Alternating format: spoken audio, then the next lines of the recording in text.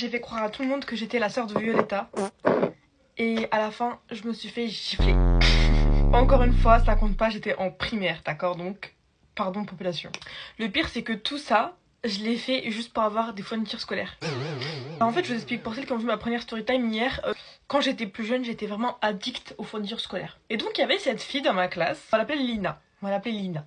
Il faut savoir que Lina, elle avait beaucoup de fournitures scolaires et que des fournitures scolaires luxueuses. Des fournitures scolaires que je voulais dans ma collection.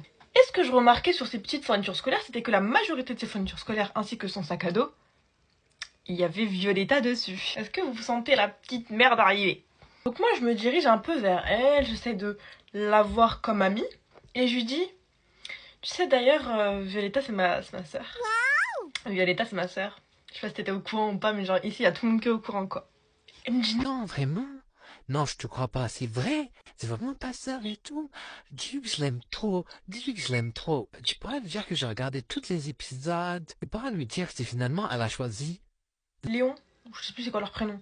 Lui ou lui là, je sais plus comment il s'appelle. Tu pourras lui parler de moi, blablabla. Donc moi je lui dis pas de problème, je vais lui en parler. Et ensuite, après avoir sympathisé avec elle, je lui dis mais tu sais... Ma sœur, elle aime beaucoup les fournitures scolaires. Hein. Ma sœur, elle aime énormément les fournitures scolaires. De là, elle commence à me donner ses fournitures scolaires. C'est parti beaucoup trop loin. Moi, je me suis dit, c'est bon, elle en a plein de toute façon, donc voilà. Y a pas de souci. Il y a eu un gros souci. Je sais que ça se fait pas, pardon population, j'étais petite, d'accord, j'étais vraiment petite et j'avais une addiction. Donc là, elle commence à faire passer la marchandise et moi, je récupère la marchandise. Et en échange, je parlais d'elle à Violetta, qui est ma sœur. Donc moi je commence à lui dire, je t'avoue... Violetta, elle veut d'autres fournitures scolaires. Parce que le problème c'est qu'elle a commencé à me dire, je veux bien te donner des fournitures scolaires, mais je veux la voir en fait, tu me la ramènes à l'école. À chaque fois je lui disais oui la prochaine fois, oui là elle peut pas, oui là elle est partie aux États-Unis, là elle est à Londres, là elle est en voyage avec sa copine. Et surtout, moi, j'étais pas non plus trop conne, je lui ai dit...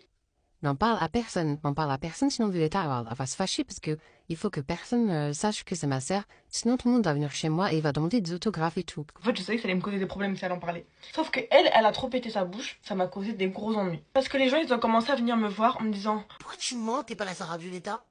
Moi, j'ai dit si, c'est ma sœur. Certains pensaient que j'étais sa sœur. Certains pensaient que je mentais. Sauf que ça a rapidement commencé à faire le tour. Et Lina, elle a commencé à trouver ça bizarre. Et elle commençait à me dire...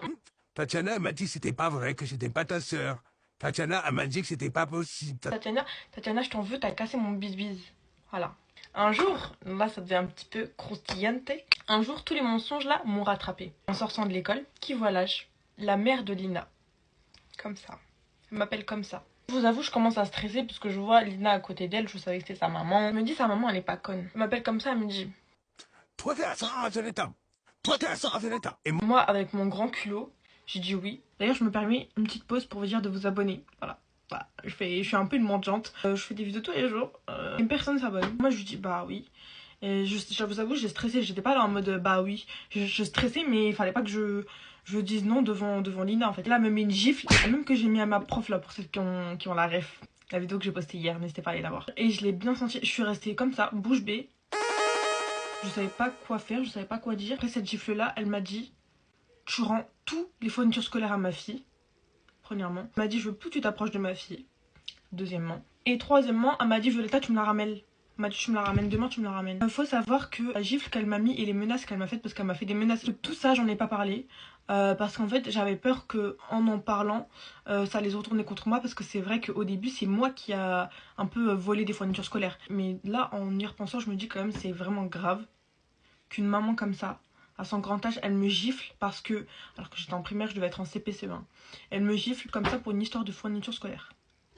N'hésitez pas à me dire si vous voulez d'autres story time. N'hésitez pas à me dire ce que vous en pensez. Est-ce que cette gifle là je l'ai méritée ou pas? Je vous fais plein de bisous et je vous dis à demain.